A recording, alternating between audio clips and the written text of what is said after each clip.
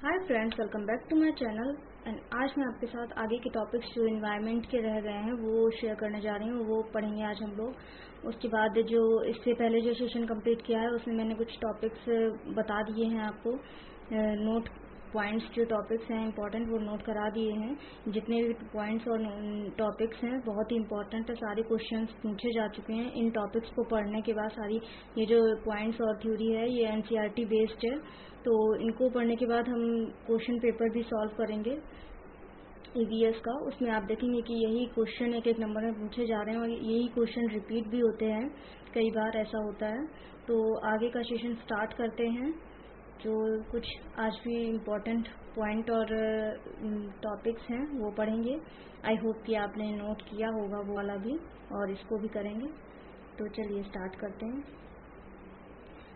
हमारा पॉइंट है पहला, लद्दाख में चांगपा जनजाति के लोग रहते हैं। लद्दाख में चांगपा जनजाति के लोग रहते हैं। अब क्वेश्चन ऐसे ही पूछा जाता है कि चांगपा जनजाति के लोग कहाँ रहते हैं और कहाँ पाए जाते हैं, तो लद्दाख में। ये इम्पोर्टेंट भी है, शायद इससे क्वेश्चन आया हुआ है। तो ये दूसरा आपका पॉइंट है, लद्दाख के चांगभांग इलाके में रहते हैं जो 5000 मीटर की ऊंचाई पर है। चांगपा जनजाति के लोग लद्दाख में रहते हैं और ये चांगभांग इलाके में रहते हैं जो 5000 मीटर की ऊंचाई पर है। ये लोग घुमक्कड़ी होते हैं, घुमक्कड़ लोग होते हैं। ये पश्मीना बकरियां पालते हैं। जो लद्दाख में चांगपा जनजाति के लोग होते हैं ये चांगभांग इलाके में रहते हैं और ये पश्मीना बकरियां पालते हैं। इनके लिए इनकी सबसे बड़ी पूंजी इनकी भेड़ बकरियां होती हैं।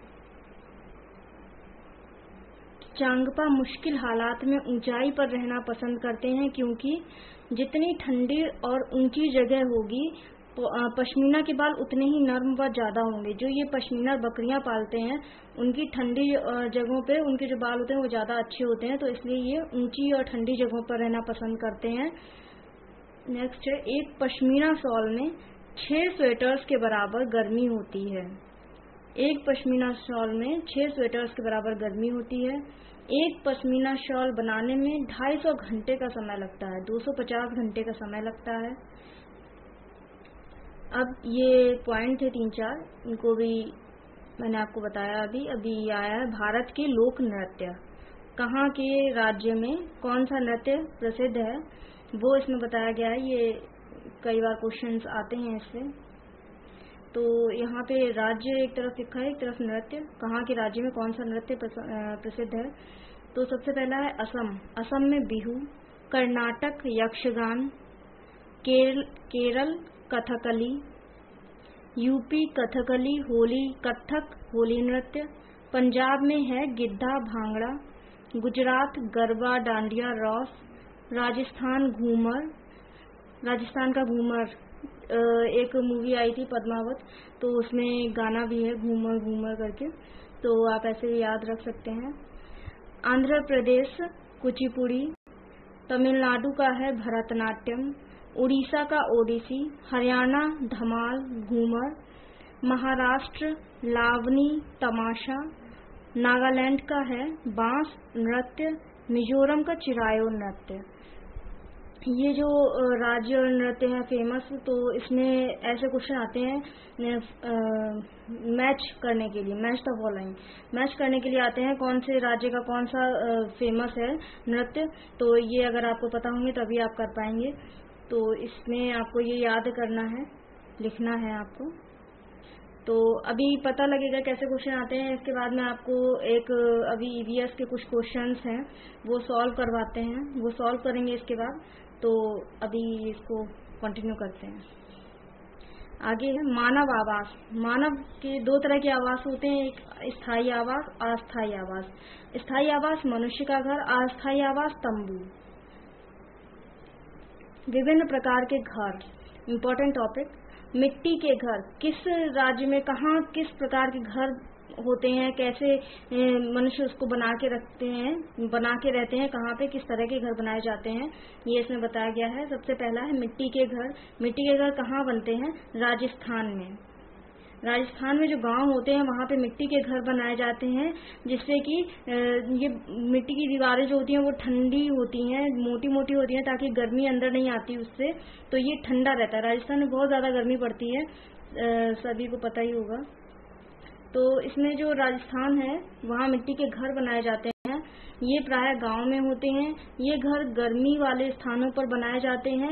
इनकी दीवारें मोटी होती हैं ताकि गर्मी अंदर ना आ सके। इनकी छतें झाड़ियों या छप्पर की बनी होती हैं। इनकी फर्शों को गोबर से लीपा जाता है जिससे कीड़े ना आए।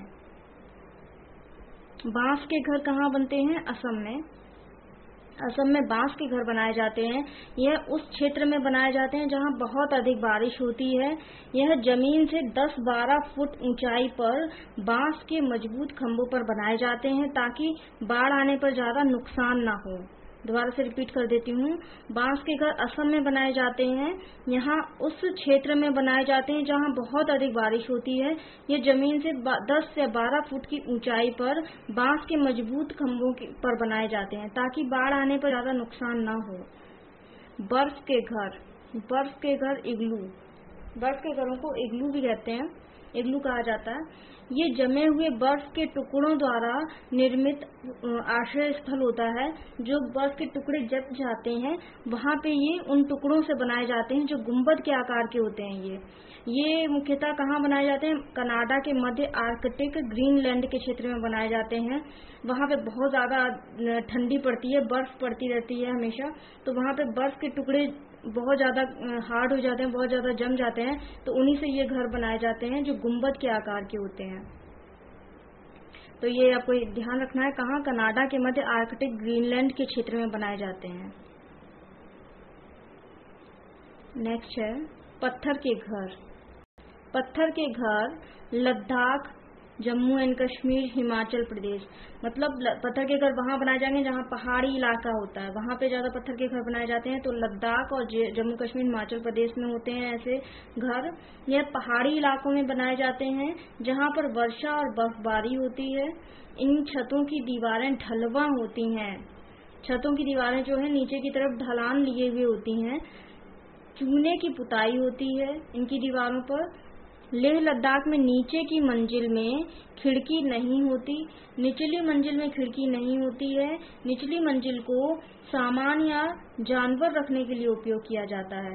ये लोग जो नीचे की मंजिल होती है उसमें नहीं रहते हैं, उसमें सामान या जानवर रखने के लिए उपयोग करते हैं उसका। छत को मजबूत करने के लिए लकड़ी के मोटे तने का प्रयोग किया जाता है। लेह के मकानों में छतों का उपयोग फसल व सब्जी सुखाने के लिए किया जाता है। तो ये था लेह लद्दाख में क्या होता है, जो नीचे की मंजिल होती है उसमें खिड़की नहीं होती है। खिड़की इसलिए नहीं होती क्योंकि वो नीचे की मंजिल में नहीं रहते हैं, वो लोग सामान या जानवर रखने के लिए उसका यूज करते हैं। छत को मजबूत करने के लिए लकड़ी मोटे तने का प्रयोग किया जाता है। लेह के मकानों में छतों का उपयोग फसल व सब्जी सुखाने के लिए किया जाता है। House boat, Kashmir. House boat जो होती है वो कश्मीर में पाई जाती है। यह लकड़ी का घर होता है जो पानी पर तैरता है। कश्मीर में हाउस बोट की छतों पर नक्काशी पाई जाती है जिसे खत्मबंद कहते हैं। लकड़ी का घर जो आपने देखा होगा, मैंने तो टीवी में देखा है, मैं अभी नहीं गई हूँ, अगर आप लोग गए हो तो अच्छी बात है। वैसे आपने टीवी वगैरह में और देखा होगा कि झील के ऊपर नाव जैसी होती है, उसके ऊपर घर बना रहता है, वो पानी पे तैरती है। और ये ज्यादातर जो घूमने के लिए जाते हैं पर्यटक जो होते हैं उनके लिए ज्यादा यूज की जाती है, वो लोग इसमें बोटिंग करते हैं। तो ये लकड़ी का घर होता है जो पानी पर तैरता है। कश्मीर में हाउस बोट की छतों पर नक्काशी पाई जाती है जिसे खत्मबंद कहते हैं। तो ये आपको आ गया होगा समझ में।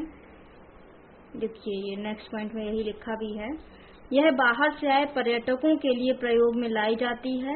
हाउस बोट 80 फुट तक लंबे, 8-9 फुट तक चौड़े होते हैं। यह कश्मीर तथा केरल में पर्यटकों के लिए प्रयोग किए जाते हैं। नेक्स्ट है डोंगे। डोंगे भी एक प्रकार के जो कश्मीर में पाए जाते हैं हाउस बोट ही होते हैं। ये हाउस बोट होते हैं, इनमें नक्काशी नहीं होती है। ये कश्मीर में पाए जाते हैं, इनमें बिना नक्काशी वाले हाउस बोट होते हैं। ये वहाँ के स्थानीय लोगों के लिए होते हैं। स्थानीय लोग मतलब वहाँ के जो निवासी होते हैं उन्हीं के लिए उनका ये घर होता है, उसको डोंगे बोलते हैं। नेक्स्ट है टेंट्स।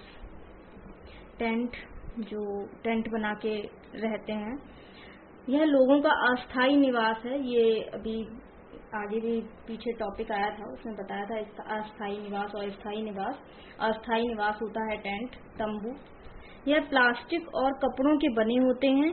लद्दाख के चांगपा जनजाति के लोग, अभी पीछे वो टॉपिक पढ़ा था कि लद्दाख में चांगपा जनजाति के लोग रहते हैं और वो चांगभांग इलाके में रहते हैं।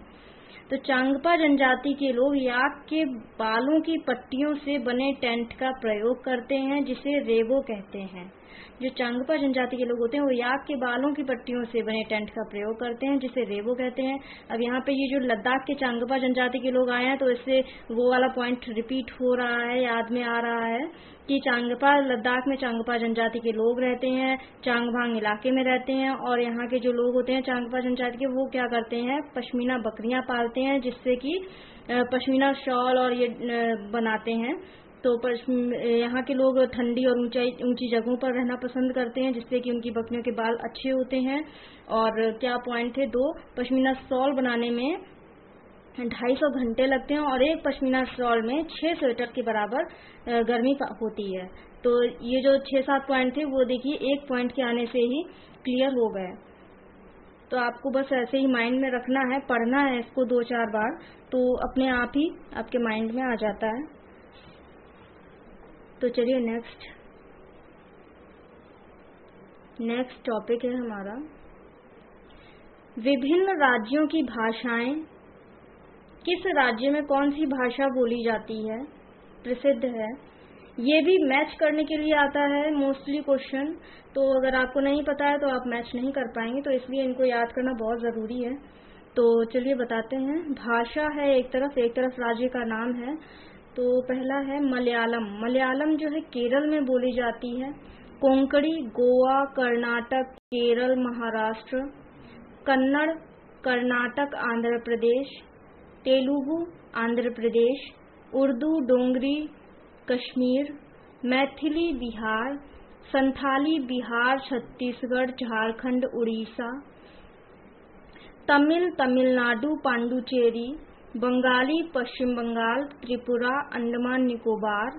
बोडो असम। अब यहाँ पे आप देख रहे हैं कि भाई जो फेमस है वही नाम आना चाहिए। जैसे कन्नड़ है तो कन्नड़ में कर्नाटक, आंध्र प्रदेश 2 आया है, और तेलुगु में आंध्र प्रदेश आया। तो जहाँ की जो फेमस है वो नाम आता है उस राज्य का। और जैसे ये कन्नड़ जो है कर्नाटक में बोली जाती है, आंध्र प्रदेश के भी कुछ हिस्सों में कुछ लोग उपयोग में लाते हैं, यूज करते हैं, तो इस वजह से इसमें आंध्र प्रदेश का भी नाम आया है। वैसे जो स्पेशल भाषा जो यहाँ की है फेमस, वो कर्नाटक की कन्नड़ी है। ठीक है, नेक्स्ट है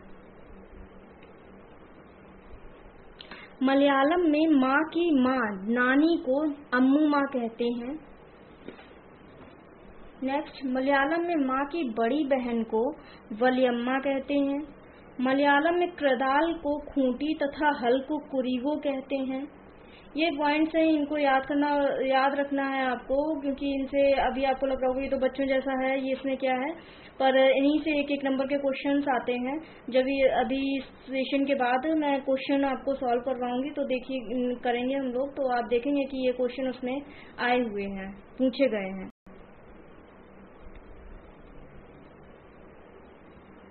नेक्स्ट है ब्रेल लिपि। ब्रेल लिपि नेत्रहीनों के पढ़ने के लिए है। वे इसे स्पर्श करके पढ़ने में प्रयोग करते हैं। ब्रेल लिपि में क्या है कि एक पेपर पे अक्षरों को उभारा जाता है। जो नेत्रहीन होते हैं वो उसको स्पर्श करते हैं तो उनको उभरे हुए अक्षर समझ में आते हैं कि ये क्या लिखा है। तो ब्रेल लिपि नेत्रहीनों के पढ़ने के लिए होती है। इसमें एक बुक जैसी होती है, उसमें अक्षर उभरे हुए होते हैं। जो भी अगर कुछ भी लिखा हुआ है तो वो उभरा हुआ लिखा रहता है, जिससे कि स्पर्श करके वो समझ जाते हैं, पढ़ने में उन्हें आसानी रहती है कि ये कौन सा अक्षर लिखा हुआ है। इसका आविष्कार किसने किया था? 1821 में एक नेत्रहीन फ्रांसीसी लेखक लुई ब्रेल ने किया था। ब्रेल लिपि का आविष्कार लुई ब्रेल ने 1821 में किया था और ये फ्रांसीसी लेखक थे। नेक्स्ट है ब्रेल ने 6 बिंदुओं का उपयोग करके 64 अक्षरों और चिन्ह वाली लिपि बनाई। 6 बिंदुओं का उपयोग करके 64 अक्षरों और चिन्ह वाली लिपि बनाई थी। तो ये ब्रेल लिपि के 2-3 इम्पोर्टेंट पॉइंट है। तो चलिए आज के लिए इतना ही। नेक्स्ट सेशन में हम अपना और भी जो टॉपिक्स रह गए उनको पढ़ेंगे और इसके बाद जो क्वेश्चंस हैं उनको सॉल्व करेंगे। तो आई होप कि आपने ये नोट किया हो। नोट करेंगे तो अच्छा रहेगा। वैसे अगर आप 2-4 बार इसको ऐसे ही पढ़ेंगे तब भी आपके माइंड में चीज़ें आ जाएंगी। इसको ज़्यादा रटने की ज़रूरत नहीं है, बस ये है कि 4 बार इसको आपको पढ़ना है, 2-4 बार, जो कि आपके माइंड में ये आ जाए कि हाँ भाई ये कौन सा शब्द कहाँ पे आया हुआ है, जिससे कि यही क्वेश्चंस आते हैं। ये एनसीईआरटी बेस्ड है और ये इसी के अकॉर्डिंग आपसे सीटेट में क्वेश्चन पूछे जाते हैं। तो चलिए वो अभी का सेशन यहीं पे ख़त्म करते हैं और नेक्स्ट वीडियो में आपको आगे के टॉपिक्स और क्वेश्चन सॉल्व करते हैं। ठीक है, मिलते हैं नेक्स्ट वीडियो में। बाय।